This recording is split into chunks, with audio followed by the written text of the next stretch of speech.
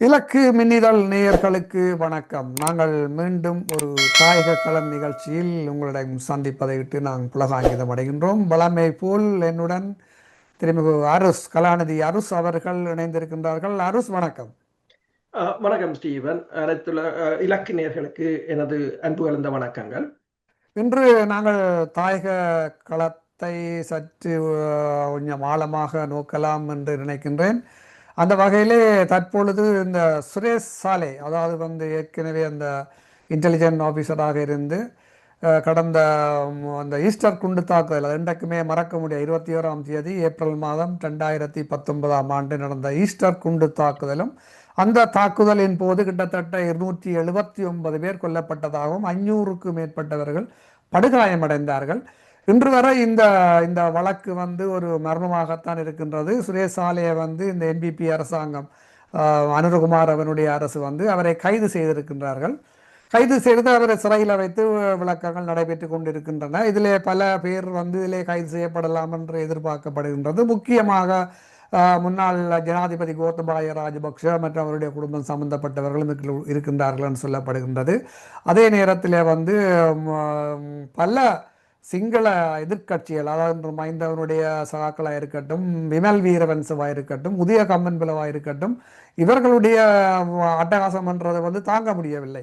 இப்போ விமல் வீரவன்ச கூட ஒரு சத்தியாகிரக உண்ணாவிரத போராட்டம் ஒன்று நடத்தினதெல்லாம் நீங்கள் அறிந்திருப்பீர்கள் நினைக்கிறேன். அப்போ இதை முதலாவதாக நாங்கள் இன்றைய இந்த இந்த நேர்காணலிலே, இந்த உரையாடலிலே இந்த சுரேஷ் சாலையினுடைய இந்த வழக்கு உள்ள மர்மங்களும், ஏன் இவ்வளவு காலமும் இந்த வழக்கை சரியான முறையில் குற்றவாளிகளை கண்டுபிடிப்பதற்கு நீட்டிக்கொண்டு செல்கின்றது என்பது பற்றி உங்களுடைய கருத்தை பகிர்ந்து கொள்ளுங்கள். உண்மைதான். என்னென்று சொன்னால், இந்த இலங்கையின் தற்போதைய இந்த வழக்குகள் கிட்டத்தட்ட 7 வருடமாக இடம்பெறுகின்றது. 7 வருடத்திலும் இதுக்கு நீதி ஏன் கிடைக்கவில்லை என்று சொன்னால், அது அரசியல் சார்ந்ததாகத்தான் அது கொண்டு செல்லப்படுகிறதே தவிர, அது உண்மையில் அங்கு பாதிக்கப்பட்டவர்களுக்கான நீதி வழங்கலாக அது இல்லை. யாரும் அதில் இருக்கின்ற உண்மைத்தன்மையை வெளிக்கொண்டு வரவும் இல்லை. இப்போது இந்த அனுரகுமார திசாநாயக்க அரசு வரும்போதே கூறியிருந்தது, தாங்கள் இது தொடர்பான விசாரணைகளை மேற்கொள்வோம் என்று. இந்தியாவும் இதில் சம்பந்தப்பட்டிருப்பதாக முன்னாள் அரசு தலைவர் மைத்ரிபால சிறிசேனா கூறியிருந்தார். அவர் தனது உயிருக்கு இந்தியாவின் புலனாய்வுத்துறையால் அச்சுறுத்தல் இருப்பதாக கூறியிருந்தார், பகிரங்கமாகவே கூறியிருந்தார். அவ்வாறான ஒரு நிகழ்ச்சி நிரலின் அடிப்படையில் இது பயணித்துக் கொண்டிருந்தது. அப்ப வர்றவர்கள் எல்லோரும் அதை இழுத்து மூடுவதாகத்தான் இருக்கிறது. அதில் பணியாற்றிய சாணி அபயசேகரா கூட அந்த சிஐடியின் பொறுப்பாளர் பணி நீக்கம் செய்யப்பட்டிருந்தார். அவர் மீது வழக்கு போடப்பட்டிருந்தது என்று பல விடயங்கள்.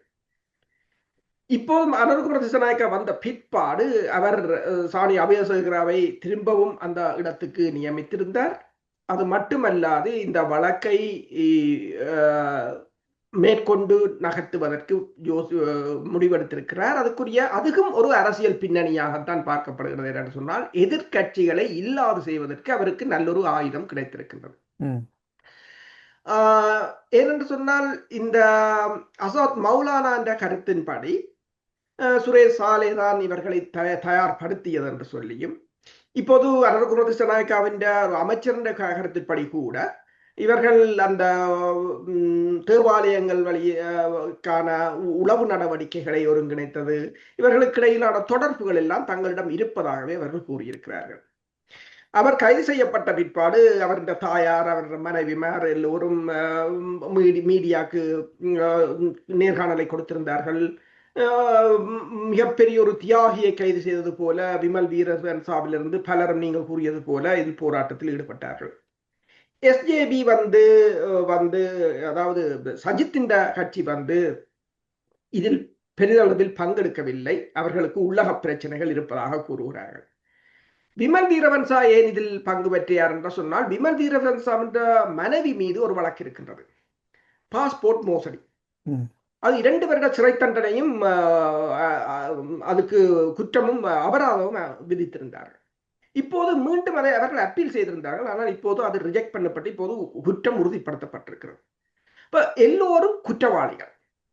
அப்ப ஒரு குற்றவாளியை காப்பாற்றுவதற்கு மற்ற குற்றவாளிகள் என்ன செய்கிறார்கள் என்று சொன்னால் தங்கள் அதாவது அந்த தங்கள் குற்றங்களை மறைப்பதற்கு இன்னொரு குற்றவாளியை காப்பாற்றுவதற்கு முயற்சிக்கிறார்கள். அரசியல் அழுத்தம். நாளைக்கு அனுகுமார் கூறினார்டா விமல் வீரவன்சாவை கூப்பிட்டு உன் மனைவி மீதான வழக்கை நாங்கள் கைவிடுகிறோம் என்று சொன்னால் போராட்டம் முடிஞ்சிடும். அப்படியான ஒரு சிக்கல். இப்ப என்னென்றால் இப்ப தமிழ்நாட்டு அரசியலும் அப்படித்தான். எல்லோரும் கத்துகிறார்கள். ஆனால் விஜய் எல்லோற்ற ஊழலையும் கையில் எடுத்தால் எல்லாரும் அடங்கி போவார். ஏனென்றா அதே போலதான் இலங்கையிலும் ஊழல் செய்யாதவர்கள் எவரும் இல்லை. அப்ப வழக்குகளும் ஏராளமாக இருக்கின்றன. இணைத்தால் அவரால் எல்லோரையும் அடக்க முடியும். ஆனால் இப்போது அவர் எடுத்திருந்தது என்னென்றால் ரணில், உங்களுக்கு தெரியும், ரணில் விக்ரமசிங்கா மீது வழக்கு போடப்பட்டது. ரணில் விக்ரமசிங்காவின் அரசியல் வாழ்க்கை முடிக்கப்பட்டிருக்கிறது. அடுத்தது அனுகுமார் ஆட்சிக்கு எதிராக வரப்போறது மஹிந்த ராஜபக்ஷவின் ஆட்சியா, மஹிந்த ராஜபக்ஷ கட்சியாகத்தான் இருக்கலாம். நாமல் ராஜபக்ஷாவோ அவர்கள் மீதும் இப்போது வழக்கு இருக்கிறது. நாமல் ராஜபக்ஷ மீதான வழக்கு, ஜோசித ராஜபக்ஷ மீதான வழக்கு, இவை அனைத்தும் ஜூலை மாதம் கொண்டு வரப்பட போகிறார்கள். அது மட்டுமல்லாது கோத்தபாய ராஜபக்ஷவுக்கும் 2 இராணுவ அதிகாரிகளுக்கும் பயணத்தடையை 3ஆம் தேதி விதித்திருக்கிறார்கள். ஒட்டு மொத்தமாக எதிர்கட்சிகள் எல்லோரும் இப்போது அவரின் கையில் தான் இருக்கின்றது. இது நான் பேசிக்கொண்டிருப்பது தென்னிலங்கையின் அரசியல். அது அவர்களின் அரசியல். அதற்கு நாங்கள் இல்லை. ஏனென்றால் எங்களுக்கென்றே ஒரு நீதி கோரலுக்கான போராட்டம் புரிம்பாக இருக்கின்றது. அது இன்னொரு விடயம். இது தென்னிலங்கைக்குள் நடக்கின்ற குத்துவெட்டுக்கள் இந்த ஒரு வெளிப்பாடாகத்தான் இந்த சுரேஷ் சாலை என்ற கைதை பார்க்கலாம். ஆனாலும் சுரேஷ் சாலை தனிய தென்னிலங்கையில் மட்டும் மனித உரிமை மீறல்கள், போர்க்குற்றங்களை செய்யவில்லை. ஈழத்தமிழ் மக்களும் பெருமளவானவர்கள் கைது செய்யப்பட்டு காணாமல் போனவர்கள், நீதிக்கு புறம்பான படுகொலைகள் என்று சொல்லி அவர் செய்தது ஏராளம். இன்று எந்த பயங்கரவாத தடுப்பு சட்டத்தை அவர் தனக்கு பயன்படுத்தினாரோ இன்று அதே பயங்கரவாத தடுப்பு சட்டம் அவர் மீது பாய்ந்திருக்கின்றது. இதுதான் நாங்கள் பல தடவைகள் இதில் கூறிக்கொண்டு வருவது. காலம் கொடூரமானது என்று சொல்லி அதை நான் பல தடவைகள் இதில் கூறியிருக்கோம். இப்போது பாருங்கள், அவர் இந்த தாய் நின்று தந்தை மகனை விடுதலை செய்ய சொல்லி கதறுகிறார். இதே போலதான் வீதிகளில் இருந்து எத்தனோ ஆயிரம் நாட்களாக காணாமல் போன உறவுகள் இப்போதும் வீதிகளில் தான் கிடக்கிறார்கள். அவ்வாறான ஒரு நிலையாகத்தான் இருக்கின்றது தென்னிலங்கை. இந்த வரைக்கும் இதுல இந்த ஏற்கனவே அவர்கள் இந்த குண்டு தாக்குதல் முடிந்த கையோடு சஹ்ரான் என்று சொல்லி ஒரு இஸ்லாமிய தீவிரவாதி என்று சொன்னார்கள். அதாவது தேசிய தஹீத் ஜமாத் என்ற அமைப்பை உலகிலே ஒன்றுபடுத்தினார்கள். அதுவும் பத்தாமல் இந்த சர்வதேசமாக இருக்கின்ற இஸ்லாமிய அரசு, அந்த ISIS என்று சொல்லுவாங்களே, அந்த அமைப்பை கூட இந்த குண்டு தாக்குதலிலே சம்பந்தப்படுத்தினார்கள்.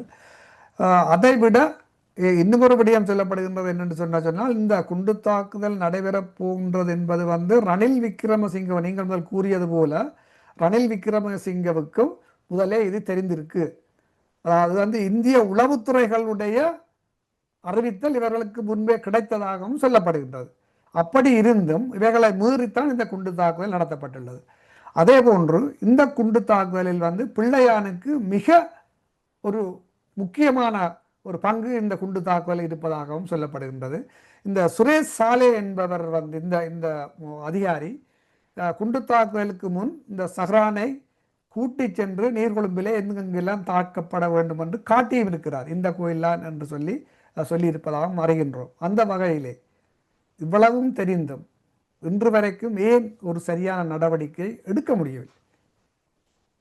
அரசியல் பின்புலங்கள் இருக்கின்றன. ஏனென்று சொன்னால் இது தனிய இலங்கைக்குள் நடந்த அரசியல் மாற்றம் அல்ல. இது பூகோள அரசியலின் ஒரு பகுதி. இதை சாதாரணமாக இலங்கை அரசியலுக்கு அடக்கிவிட முடியாது. இது நீண்ட வரலாறு இருக்கின்றது. மஹிந்த ராஜபக்ஷ போரை முடித்தார். போரை முடித்த போது அவர் கூறினார், தான் தென்னிலங்கையின் துட்ட கெமினு என்று சொல்லி. நான் சுருக்கமாக அந்த வரலாற்றை சொல்லிவிடுகிறேன். எதிர்வரும் 20-30 வருடங்களுக்கு மஹிந்த ராஜபக்ஷவின் ஆட்சி தான் இருக்க போகிறது. மஹிந்த ராஜபக்ஷ சீனாவுடனும் இந்தியாவுடனும் மிக நெருக்கமாக இருக்கிறார் என்றதை உணர்ந்த அமெரிக்கா 2011ஆம் ஆண்டு கோத்தபா சரத் பொன்சேகாவை வச்சு ஒரு இராணுவ புரட்சியை மேற்கொள்ள முற்பட்டது. அதை இந்தியா முறியடித்திருந்தது. அதுக்குரிய புலனாய்வு தகவல்களை இந்தியா வழங்கி முறியடித்திருந்தது. அதற்கு பிறகு, அதாவது விடுதலை புலிகளை அழிப்பதற்காக தாங்கள் உதவி செய்கிறோம் என்று கப்பல்களை தாக்கி அழிப்பதற்காக திருவோணமலை துறைமுகத்தை இலங்கை அரசு கோத்தபாயாவுடன் ரோபோட் ஓ பிளேக் வந்து 10 வருட உடன்படிக்கையில் கைச்சாத்திட்டு இருந்தார் 2007 ஆண்டு. அந்த உடன்படிக்கை 2017 ஆண்டு முடிவுக்கு வருகிறது. அதை புதுப்பிக்க வேண்டும் என்று சொன்னால் ஆட்சியை மாற்ற வேண்டும். ஏனென்றால் ஆட்சியில் இருப்பவர்களுக்கு இந்தியா கடுமையான அழுத்தம், அதை புதுப்பிக்க வேண்டாம் என்று சொல்லி. எனவேதான் 2015 ஆண்டு சந்திரிகாவை கொண்டு போய் இறக்கி அங்கு ஒரு சுதந்திர கட்சியை பிரித்து மைத்ரிபால சிறிசேனாவை கொண்டு வந்தது. அதுக்கு அமெரிக்காவின் கேபிள் சொல்லியிருக்கிறது $15 மில்லியன் அதுக்கு செலவழித்திருக்கிறார்கள். மியான்மரிலும் அங்கும் ரெண்டும் ஒரே நேரத்தில் செய்தார்கள் என்று சொல்லி. சரி, அதற்கு பிறகு அமெரிக்கா சோஃபா உடன்பாட்டை எழுத வைத்தது. அமெரிக்கா டாக்கள் தான் இருக்கிறார்கள், ரணில் விக்ரமசிங்க, மைத்ரிபால. அந்த உடன்பாடு வரக்கூடாது என்பதற்காக இந்தியா இந்த கோத்தபாயாவை கொண்டு வந்தது. இதுதான் சுருக்கமான வரலாறு. அப்ப அது நடைமுறைக்க சுரேசாலை எங்க நிற்கிறாருன்னா இந்தியாவில தான் பயிற்சி எடுத்து ஒரு ட்ரைனிங்குக்கு போயிருக்குங்கிறார். அப்ப இந்தியாவில் இருந்துதான் அவர் அதற்கான உத்தரவுகளை வழங்கி இருப்பதாக கூறப்படுகிறது. இந்தியாவிலும் உங்களுக்கு தெரியும் கைதுகள் கூட இடம்பெற்றிருந்தன. இந்த தாக்குதலுக்கும் இந்தியாவில் கேரளாவில் இருந்தவர்களுக்கும் தொடர்பு இருந்தது என்று கூட கூறப்பட்டது. ISIS-க்கு குண்டு வெடித்த வரையும் அவங்களுக்கு எதிரியா ஆரம்பிச்சது. அப்படியா ISIS அப்போ முடிகிற நிலையில, அதுக்கு பிறகு உங்களுக்கு தெரியும், அதுக்கு பிறகு ISIS தலைவர் இருந்து அதோட அந்த இயக்கம் அது இல்லை, அது ஒரு உருவாக்கப்பட்டது மேற்குலகத்தால். ஒரு ஒவ்வொரு நாடுகளில் ஒரு ஆட்சி மாற்றத்தை கொண்டு வருவதற்காக ஒரு உருவாக்கப்பட்ட ஒரு அமைப்பு. நீங்க பாருங்கள், ISIS எப்பயாவது ஹிஸ்டரியில தாக்கி இருக்கா? இல்ல. ISIS உருவாக்கம் என்னத்துக்கு விளங்குதான். அப்ப அதே போலதான். அப்ப இந்த நிலைமையில் அப்ப இந்தியாவுக்கும் இதில் தொடர்பு இருக்கிறது. அடுத்ததாக நீங்கள் கூறியது போல அசாத் மௌலானா வடிவாக சொல்லி இருக்கிறார். சிறையில் பிள்ளையான் இருந்த போது இந்த சஹரான் குழுவினருடன் தொடர்பை ஏற்படுத்தி பிறகு அவர்களை வெளியில் கொண்டு வந்து அவர்களுக்குரிய பேரோலை வந்து சுரேசாலே தான் செய்தார். இராணுவத்தின் பதிவு செய்து, இராணுவத்தில் பணியாற்றுபவர்கள் போல பதிவு செய்து, அதற்குள்ளால் தான் காசு போய்கொண்டிருந்தது அவர்களுக்கு. இராணுவ சம்பளமாகத்தான் அவர்களுக்கு எல்லாம் போய்கொண்டிருந்தது. பிறகு அவர்களை நீர்குழம்பில் கொண்டு வந்து ஒரு டம்மியான இடத்தில் அதற்கான பயிற்சிகளை எல்லாம் கொடுத்து எல்லாவற்றுக்குமான ஆதாரங்கள் இருக்குது. இப்ப அசாத் மௌலானாவை இங்கிருந்து அவர்கள் கொண்டு போனாலே பெருமளவான ஆதாரங்களை அவர்கள் பெற்றுவிடலாம். அப்ப இதில் பிள்ளையானுக்கும் மிகப்பெரிய ஒரு தொடர்பு இருக்கின்றது. ஆனால் இது எவ்வளவு தூரத்துக்கு இந்த அரசால் கொண்டு போக முடியும் என்றதும் ஒரு, என்றால் இது தனியே இலங்கை சார்ந்த விடயம் அல்ல, இதற்கும் அப்பால் இந்த விடயங்கள் இருக்கின்றன. ஆனால் தற்போது அமெரிக்கா, உங்களுக்கு தெரியும், இப்போது கூட அமெரிக்காவின் USS கேம்பரா என்ற LCS-30 என்ற கப்பல் இப்பதான் நம்ம இலங்கையிலிருந்து புறப்பட்டிருக்கிறது. அமெரிக்காவின் ஆசீர்வாதம் இருக்குமாக இருந்தால் அமெரிக்கா இதில் இந்தியாவையும் இந்தியா சார்பான ஏனைய அரசியல் கட்சிகளையும் ஓரங்கட்ட அமெரிக்கா முடிவெடுத்து விட்டால் இந்த வழக்கு மேற்கொண்டு இலகுவாக நகரக்கூடிய நிலையாகத்தான் இருக்கும். இதுல இன்னொரு கேள்வி அரசு என்னன்னு சொன்னால், ஏற்கனவே நீங்கள் கூறியது போன்று மைத்ரிபால சிறிசேனா வந்து இதுல இந்திய உளவுத்துறைக்கும் பங்கிருக்கிறது, தன்னுடைய உயிருக்கு ஆபத்து என்று சொன்னீர்கள். என்னுடைய கேள்வி என்னென்றால், நீங்க நினைக்கின்றீர்களா இதுக்கு அப்பாற்பட்டு அமெரிக்காவுக்கும் இதில் பங்கு இருக்கும் என்று? என்னென்று சொன்னால், அமெரிக்காவுக்கு சார்பான ஆட்சியை கவுப்பதற்காகத்தான் இந்த தாக்குதல் இடம்பெற்றிருந்தது. உடனடியாகவே அமெரிக்காவின் கிட்டத்தட்ட 30க்கு மேற்பட்ட புலனாய்வுத்துறை உறுப்பினர்கள், அமெரிக்கா மட்டும் இல்லை, இந்த 5 கண்கள் 5 ஐஸ் என்ற அமைப்பை சேர்ந்தவர்கள் வந்து அத்தனை தடயங்களையும் அள்ளி கொண்டு போய்விட்டதாக கூறுகிறார். 5 கண்கள், ஆமா, முழு தடயங்களையும் அள்ளி கொண்டு போய்விட்டார். ஏனென்றால் அவர்களுக்கு தேவை இன்னொரு தடவை இலங்கையில் ஒரு மாற்றத்தை கொண்டு வருவதற்கு இதுதான் அவர்களுக்கான ஒரு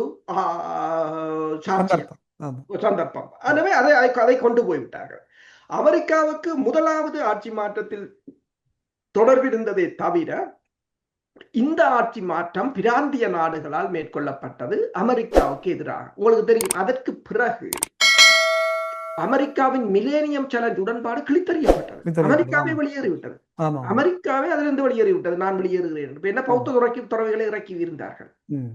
இப்ப இந்த சிக்கல் காரணமாகத்தான் இந்த வழக்கு 7 வருடமாகவும் அது மெல்ல மெல்ல நகர்ந்து கொண்டிருந்ததே வழிய ஒரு இடத்தை அடையவில்லை. இப்போது இந்த அரசு தற்போதைய நிலையில் உங்களுக்கு தெரியும், அமெரிக்காவுக்கு தென்னாசியாவில் ஒரு பிரதான இடம் தேவை. இதிலும் இந்தியாவுக்கும் அமெரிக்காவுக்குமான போட்டியைத்தான் நீங்கள் பார்க்கக்கூடியதா இருக்கின்றது. இந்திய தூதுவர் தீவு பகுதிக்கு சென்றிருந்தார். ஏனென்று சொன்னால் இந்தியாவை பொறுத்தவரையில் இப்போது இந்தியாவுக்கு அமெரிக்காவை தனது கைக்கு கொண்டு வருவதற்கு ஒரே ஒரு தளம் இலங்கை தான். இலங்கையை தான் வைத்திருக்கிறேன், இலங்கை தன்னுடன் நல்லுறவாக இருக்கின்றது, இலங்கையை அமெரிக்கா பயன்படுத்த வேண்டும் என்று சொன்னால் இந்தியாவின் அனுசரணை தேவை என்ற ஒரு நிலைப்பாட்டை ஏற்படுத்துவதற்கு இந்தியா படாத பாடுபட்டு கொண்டிருக்கிறது. இப்ப நாங்கள் கதைத்துக் கொண்டிருந்த போதும் இந்தியாவின் ஒரு கப்பல் ஒன்று அங்கு சென்றதாக கூறப்படுகிறது. ஆனால் இன்னொரு விடயம் நீங்கள் தெளிவாக பாருங்கள், இந்த ஆட்சி மாற்றத்தை நியாயப்படுத்தி ரொஹான் குணரட்ன சிங்கப்பூர் பல்கலைக்கழகத்தில் பேராசிரியர் தான் கொண்டு மார்தட்டி கொண்டிருப்பார் என்று வரைக்கும் அவர் ஒரு புத்தகம் வெளியிட்டிருக்கிறார். இப்ப நேற்று நான் ஒரு ட்விட்டர் பார்த்தேன், இலங்கையில் இருந்த சிங்களவர் தான் போட்டிருக்கிறார். என்னென்று சொன்னால், அவருடைய புத்தகத்தின்படி அவர் அடிச்சு கூறியிருக்கிறார், இது ISIS தான் செய்தது என்று அடிச்சு கூறிட்டார். அப்ப அவர் அடிச்சு கூறியிருக்கிறார், தற்போதைய அரசு ப்ரூவ் பண்ணி கொண்டு வருகிறது ISIS இல்லை, இது உள்ளக இவர்கள் தான் இதுக்கு காரணம் என்றால், இதுக்கும் அவருக்கும் தொடர்பு இருக்கலாம். அவருக்கும் இந்த தாக்குதலுக்கு பின்னணியில் அவர் இருக்கலாம். ஏனென்றால் அவர் அடிச்சு பறந்து அமெரிக்காவே இந்த ஆதாரங்களை சேர்க்கவில்லை, வேற நாடுகளை, ஆனால் அடிச்சு பறந்து ஒரு புத்தகம் வெளியிட்டு இருக்கிறார். ரோஹான் குணரட்ன அரசு அவர் யாருடைய ஆள் என்ற எல்லோருக்குமே தெரியும். அதுதான். அப்ப அவர் தற்போதைய அரசு அனுரகுமார அரசுக்கும் அவருக்குமான உறவுகளும் சரியில்லை. ஆனால் அனுரகுமார அரசு ஒரு விசாரணைக்காகவாவது அவரை சிங்கப்பூர் பல்கலைக்கழகத்திடமிருந்து கூப்பிடலாம். என்று சொன்னால், இந்த புத்தகம் இந்த விசாரணையில் ஒரு முக்கிய சாட்சியமாக இருக்க போகிறது. ஆசாத் மௌலானா முக்கிய சாட்சியமாக இருக்க போகிறது. இவ்வாறான ஒரு நிலைமை அங்கு இருக்கின்றது. அசாத் மௌலானாவினுடைய சாட்சியத்தை வளமை போல சேனல் 4 தான் கொண்டு வந்தது, எல்லோரும் அறிந்தபடி என்றால். அசாத் மௌலானா இலங்கைக்கு கொண்டு அவரை இன்வெஸ்டிகேஷன் விசாரணைகள் நடத்துவதற்கு சாத்தியப்படுமா, அவருக்கான உயிருக்கான உத்தரவாதம் என்பது மிக முக்கியம். இன்றைய காலகட்டத்திலே இப்படியான சாட்சியங்களை இலங்கையை கொண்டு போவது அவ்வளவு ஒரு ஆரோக்கியமான விடயம் அல்ல. இந்த விடயம் கூறுங்கள். அதுதான். ஏனென்றால் அவர் முதல் சுவிட்சர்லாந்தில் இருந்ததாக கூறினார்கள், சுவிட்சர்லாந்தில் இருந்து பிறகு பிரான்சுக்கு மாற்றினதாக கூறினார்கள், இந்தியா அவரை கையாள்வதாக. ஆனால் பல இதெல்லாம் நான் கூறுகிறேன், கேள்விப்பட்ட தகவல்கள் தான் உறுதிப்படுத்த முடியவில்லை. அதனால் தான் நான் இதை பெருசாக கதைக்கவில்லை. பிரான்சில் தான் அவர் இப்போது இருப்பதாக கூறப்படுகிறது. ஆனால் இப்ப நினைக்கிறேன் ஒரு மாதத்துக்கு முதல் கொழும்பில் உள்ள ஊடகம் ஒன்று கூறியிருக்கின்றது, அசாத் மௌலானாவை கொண்டு வரப்போகிறார்கள் என்று. ஆனால் உயிர் ஆபத்து என்று சொன்னாலும் இந்த அரசு பாதுகாப்பு வழங்குமாக இருந்தால் அல்லது இன்டர்போல் உதவியை கூட அவர்கள் கேட்கலாம் பாதுகாப்புக்கு, அல்லது அவர்கள் பிரான்சுக்கு விசாரணை நடத்தி போட்டும் போகலாம். ஏனென்றால் அவர்களுக்கு அந்த CID-க்குரிய அனுமதிகளை அவர்கள் பெறலாம் இருந்து. அப்ப அவ்வாறான ஒரு நிலையை இந்த அரசு மேற்கொள்ளுமாக என்றால் அனுரகுமார அரசுக்கு இது ஒரு நல்ல ஒரு சந்தர்ப்பம். என்றால் இந்தியா மிகவும் பலவீனமாக இருக்கின்றது. முந்தி இந்த 7 வருடமும் இந்த வழக்கு விசாரணையை தடுத்துக் கொண்டிருந்தது இந்தியா. இப்போது இந்தியா மிகவும் ஒரு பலவீனமான நிலையில் இருக்கின்றது. அப்ப அமெரிக்காவை மீறி இந்தியாவால் எதுவும் செய்ய முடியாது. உங்களுக்கு தெரியும், 3 கப்பல்களை இந்தியாவின் கப்பல்களை அமெரிக்கா அடித்திருந்தது. அதற்கு பிறகு இந்திய தூதுவர் அமெரிக்க தூதுவரை இந்தியா கூப்பிட்டு கண்டனம் தெரிவித்திருந்தது. ஆனால் நேற்று மார்க்கோ ரூபியோ ஜெயசங்கருக்கு தொலைபேசி எடுத்து எச்சரிக்கை விடுத்திருக்கிறார், இனிமேல் உங்கள் கப்பல்களை அங்காளி பக்கம் நாங்கள் பார்க்கப்படாது என்று சொல்லி. அவ்வாறான ஒரு எச்சரிக்கையை விடுத்திருக்க முருகல் நிலையை இலங்கை அரசு தனக்கு சாதகமாக இப்போது பயன்படுத்திக் கொள்றது. ஏனென்றால் இலங்கைக்கு அதுல ஒரு தற்போதைய அரசுக்கு அதுல ஒரு லாபம் இருக்கிறது என்று சொன்னால் எதிர்கட்சிகளை அழைத்து விடலாம். கெல்வின் சில்வா சீனாவுக்கு போன போது சீனா கூறியது ஒன்றுதான், நீங்கள் ஒரு நாட்டை அபிவிருத்தி செய்ய வேண்டும் என்றால் 20 வருஷம் நீங்கள்லாம் இருக்கும், அல்லது இப்படி மாறிக்கொண்டிருந்தால் உங்களால் ஒன்றும் செய்ய முடியாது என்று அதற்கான அத்திவாரத்தை அவர்கள் போடுகிறார்கள். இன்டர்போல் இன்டர்போலுடைய பாதுகாப்பு என்பதை சொல்லும் பொழுதே வந்து ஒரு சில நகைப்புக்கு இடமாகத்தான் இருக்கின்றது. உங்களுக்கு தெரியும் நினைக்கிறேன், பசில் ராஜபக்ஷ காணவில்லை என்று சொல்லி என்பிபி அரசு இன்டர்போல் பிடியாணை அவர்களுக்கு விடுத்திருக்கின்றார்கள். உங்களுக்கு தெரியும், இந்த அறகலைய போராட்டத்தின் போது பசில் ராஜபக்ஷ காகம் மாதிரி கா கா காண்டு அவரை நக்கல் அடித்து அவரை விமர்சனம் செய்து சிங்கள மக்களை அவர் இழுத்து தெரிந்த ஒரு அரசியல்வாதி தான் இவர். பெரிய ஊழல்வாதி. அங்கு இலங்கை அரசாங்கம் மஹிந்த ராஜபக்ஷ ஆட்சி காலத்திலே பெரிய ஊழலை செய்தவர். இன்டர்போல் இவரை கொண்டு வருமா என்பதை வந்து ஒரு கேள்விக்குறியோடு வைத்துக்கொண்டு நாங்கள் இந்த சுரேஷ் ஆலையினுடைய விடயம் கதைக்கிற நேரத்தில் இப்போ சமகாலத்தில் இந்த 2 விடயங்கள் பேச வேண்டியுள்ளது.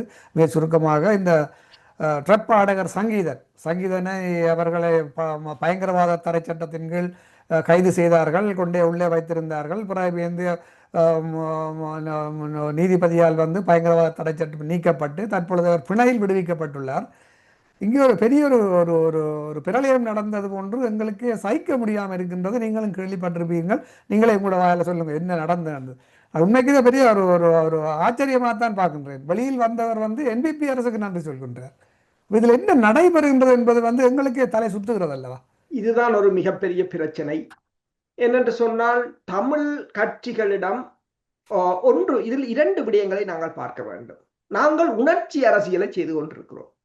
யாரும் ஒருவர் விடுதலை புலிகளை புகழ்ந்து பாடிவிட்டால் தேசியவாதியாக்கி விடுறது. நாளைக்கு அவர் அரசாங்கத்துக்கு விசுவாசமாகும் போது அந்த தேசியத்தை நாங்களே காலில் போட்டு மிதிப்பதாகத்தான் மாறும். இவ்வாறு ஒரு சம்பவம் பிரித்தானியாவிலும் இடம்பெற்றது. யாரோ ஒருவர் உண்ணாவிரதம் இருந்தார். தேசியவாதிகளாக உடனே கூக்குரலிட்டார்கள். பிறகு அது எல்லாம் தலைகீடாக, அதாவது அந்த உண்ணாவிரதத்தையே கொச்சைப்படுத்தியதாகத்தான் முடிஞ்சது. அதே போலதான் இதுகும். நானும் அதை பார்த்தவுடன் எனக்கு மிகப்பெரிய ஒரு நல்ல காலம். நான் அதுக்கு முதல் இதை பற்றி பேசவும் இல்லை. அதாவது பிரபாகரனை பற்றியோ விடுதலை புலிகளை பற்றியோ வியாபாரத்துக்காக கூட எத்தனையோ பேர் பாட்டுகளை இயற்றுகிறார்கள். எல்லோரும் பாட்டுகள், விடுதலை புலிகள் இயக்கம் என்பது இப்போது நீங்கள் தேசியம் எல்லாரும் அதை பயன்படுத்துவது வியாபார நோக்கம். அது ஒரு பிராண்ட். அதை வைத்தால் ஒரு காசு உழைக்கலாம் என்பதுதான் அதன் அர்த்தம். வந்தவர் அதாவது ஒன்று, நீங்கள் துணிந்து குரல் கொடுக்க வேண்டும் என்று துணிந்து குரல் கொடுக்க வேண்டும். துணிவில்லை என்று சொன்னால் நீங்கள் உங்களோட சொந்த வாழ்க்கையை பார்த்துட்டு போங்க. அது தேசியத்துக்கு கொண்டு வந்து அந்த தேசியத்தை நாசமாக்காதீர்கள். அவர் என்பிபிக்கு அரசுக்கும் இளங்குமரனுக்கும் நன்றியை தெரிவித்திருக்கிறார். இதில் இன்னொரு பிரச்சனை என்று சொன்னால், எங்கட தேசிய கட்சிகள், இப்ப எங்கட தமிழ் கட்சிகள், இப்ப தேசிய கட்சிகளில் உள்ள பிரதிநிதிகள், அதாவது சிங்கள தேசிய கட்சிகளில் உள்ள தமிழ் பிரதிநிதிகள் தங்களை அரசியல்வாதிகளாக காட்டி தமிழ் மக்களிடம் அரசியல் லாபம் பெறறதுக்கு இவ்வாறான சந்தர்ப்பங்கள் அவர்களுக்கு கை கொடுத்து கொண்டுதான் இருக்கிறது. அப்ப தமிழ் தேசிய கட்சிகளால் ஒரு அரசாங்கத்தை நடத்த முடியாது. தமிழ் தேசிய கட்சிகளிடம் நிதி இல்லை, தமிழ் தேசிய கட்சிகளிடம் நிர்வாகம் இல்லை. ஆக என்ன செய்யலாம்? ரோட்டில் இருந்து கட்டலாம். ஆனால் நிர்வாகமும் நிதியும் இருக்கிறவன் இப்படி பிடிச்சு போட்டு திருப்பி விடைக்க அவனுக்குத்தான் இந்த கிரெடிட். இது ஆற்ற பிழை. நீங்கள் ஒரு மாகாண அரசின் நிர்வாகத்தை கூட பெறாதது, காவல்துறை அதிகாரத்தை பெறாதது, காணி அதிகாரத்தை பெறாமல் நீங்கள் இன்றும் அனாதைகளாக நிற்பதுதான் இந்த இவ்வளவுத்துக்கும் உரிய காரணமாக இருக்கிறது. அதாவது இப்ப சனத்துக்கு என்ன ஒரு மாயை ஏற்படுத்தி இருக்கிறார்கள் என்று சொன்னால், அரசாங்கத்துடன் இணைந்து செயற்பட்டால் மட்டும்தான் தமிழ் மக்கள் வாழ முடியும். அப்படி ஒரு இதை கொண்டு வந்துட்டான். அப்படி ஒன்றை தேசிய கட்சிகளின் தமிழ் பிரதிநிதிகள் கொண்டு வந்து விட்டார்கள். அவ்வாறான ஒரு நிலை. இப்ப என்ன பிரச்சனை என்று சொன்னால், பயங்கரவாத தடுப்பு சட்டத்தை இலங்கை அரசு வடிவாக நியாயப்படுத்தலாம். பயங்கரவாத தடுப்பு சட்டம் அவங்க சுரேஷ் ஆலை மீதும் அதுதான் பாய்ஞ்சிருக்கிறது, தமிழ் மக்கள் மீதும் அதுதான் பாய்கிறது. அவன் இலகுவாக சொல்லுவான், நாட்டின் பாதுகாப்பு நான் சிங்களவருக்கு மாத்தான் பயன்படுத்துகிறேன், தமிழருக்கு மாத்தான் பயன்படுத்துகிறேன். இப்ப இதை உடைக்க வேண்டும் என்று சொன்னால், முதலில் நாங்கள் எங்களுக்கான அதிகாரத்தை, இப்ப விஜய் வந்து உங்களுக்கு தெரியும், மத்திய அரசுக்கு டெல்லிக்கு போனார். 400 பில்லியன் அவங்களோட பட்ஜெட், இலங்கைய மாதிரி 4 மடங்கு. அதை 1.5 ட்ரில்லியனா மாத்திரத்துக்கு அவர் கேட்டது, மாநில அரசுக்கு இன்னும் கொஞ்சம் அதிகாரங்கள் வேணும், இன்வெஸ்ட்மெண்ட் நேரடியாக எடுப்பது, காணிகளை அந்த நிறுவனங்களுக்கு கொடுப்பது. அப்படி இப்ப பாருங்கள், ஒவ்வொரு மாநிலம் கூட தங்களுக்கான அதிகாரத்தை எடுத்துத்தான் மேல வளர். இது எதுவும் வேண்டாம் என்றால் இந்த கிரெடிட் அவங்களுக்கு தான் போகும். மற்ற இன்னொரு விடயத்தை நாங்கள் அதில் முக்கியமாக கதைக்க வேண்டிய ஒரு விடயம் கூட என்று நினைக்கின்றேன். தமிழ் மக்களால் தெரிவு செய்யப்பட்ட ஒரு சர்ச்சைக்குரிய பாராளுமன்ற உறுப்பினர். இவர் பல சர்ச்சைகளை சந்திச்சிருக்கின்றார். பெண்களுக்கும் துப்பாக்கியை காட்டியிருக்கின்றார். பல விடயங்கள் செய்து இன்று வரைக்கும் தமிழ்நாட்டிலேயும் கூட போய் பெரிய பிரச்சனைகளை உருவாக்கி சீமானோட பிரச்சனை உருவாக்கி போட்டு வந்த அர்ஜுனன் ராமநாதன் அவர் இன்றைக்கு மஹிந்த ராஜபக்ஷ தான் ஒரு சரியான தலைவர் என்றும் அடுத்த ஜனாதிபதி நாமல் ராஜபக்ஷ தான் என்று சொல்லி மஹிந்த ராஜபக்ஷ கூட்டத்தோடு போய் சேர்ந்திருக்கிறார். இது பற்றி உங்களுடைய கருத்தை சொல்லுங்கள். இது தமிழ் மக்கள் இதே இதே ஒரு பிரச்சனை. அதாவது நாங்கள் எங்கள் தமிழ் தேசியத்தை எப்போது தவற விட்டோமோ, எப்போது வெவ்வேறு நாடுகளிடம் இருந்த உபத்தரை நம்பிக்கொண்டு போய் ஒப்படைத்தோமோ, எங்களை நம்பாமல் விட்டோமோ, இவ்வாறான ஒரு என்னென்று சொல்றது, இந்த இந்த சந்தர்ப்பத்தை பயன்படுத்தி குளிர்காய்ந்த இவ்வாறானவர்கள் வந்து கொண்டுதான் இருப்பார்கள். இன்று மஹிந்த ராஜபக்ஷவுக்கு அவர் சேர்ந்து விட்டார். இன்றைக்கு சங்கீத நீங்கள் போராடினீங்கள், அவர் என்பிபியோட சேர்ந்து விட்டார். இப்ப சீமான பாத்தீங்கன்னு சொன்னா அவர் திமுகவோட சேர்ந்து விட்டார். என்ற பேர பிரச்சாரம் திமுகவோட தான். இப்ப யார் நடுத்தருவில் நிற்கிறது? யார் நடுத்தருவில் நிற்கிறது? இப்ப அர்ஜுனா ராமநாதன் தொடர்பாக கூட அவரை பொறுத்தவரையில் அவர் அந்த பிரச்சனையை வைத்து அவர்கள் தேசியவாதி இல்லை. என்ன பிரச்சனை சொன்னால், ஒருத்தரையும் நீங்கள் தேசியவாதிகளாக காட்ட வேண்டாம். இனி வரும் காலங்களில் யாரும் அவரவர் தங்களோட சொந்த நலனுக்காக வருகிறார்கள். ஒரு அமுதலிங்கம் மாதிரி, ஒரு துரையப்பா மாதிரி, அப்படியானார்கள் எல்லாரும் இங்க நீங்கள் ஒரு தேசியவாதிகளை காட்டுங்கள் பார்க்கலாம். ஒருத்தரை இல்லை, அவ்வாறு இருக்கிறார்கள். செயற்பாட்டாளர்கள் முன்னுக்கு வருவதில்லை. எத்தனையோ தேசியவாதிகள் இருக்கிறார்கள், செயற்பாட்டாளர்கள் இருக்கிறார்கள், முன்னுக்கு வருவதில்லை. அப்ப அந்த இடத்தை, அதாவது திறமை உள்ளவர்கள் வர தயங்குகிற அந்த இடத்தை இவ்வாறானவர்கள் கைப்பற்றுகிறார்கள். கைப்பற்றிய பிறகு நாங்கள் வெளியில் இருந்து அவர்களை கல்லறிவதால் ரெண்டு பிரச்சனை. ஒன்று, நாங்கள் எங்களுக்கு எடுத்துக்கொள்றோம். இரண்டாவது, எங்கள் நேரத்தை அங்கு செலவிடுகிறோம். அது அப்படியே போகும். 5 வருஷம் அப்படியே போகும். 5 வருஷம் முதல் 5 வருஷம் சுமந்திரம் பற்றி, 5 வருஷம் குப்பையில் போட்டும் விட்டுருங்கோ. விட்டுட்டு நாங்கள் என்ன செய்ய வேண்டும் என்றதை இப்ப பாருங்கள். இப்ப 2 கிழமை சங்கீதோட போச்சு. என்ன ஏதாவது பிரயோசனம் வந்ததா? ஒரு பிரயோசனம் இல்லை. கடைசியா சாப் பண்ணி போச்சு. அதே ஒரு நிலைமைதான்.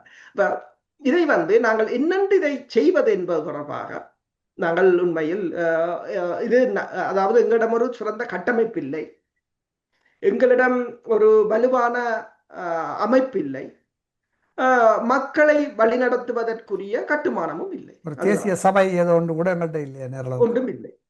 ஒரு சிந்தனை பள்ளி கூட இல்லை. ஆமா, நல்லது.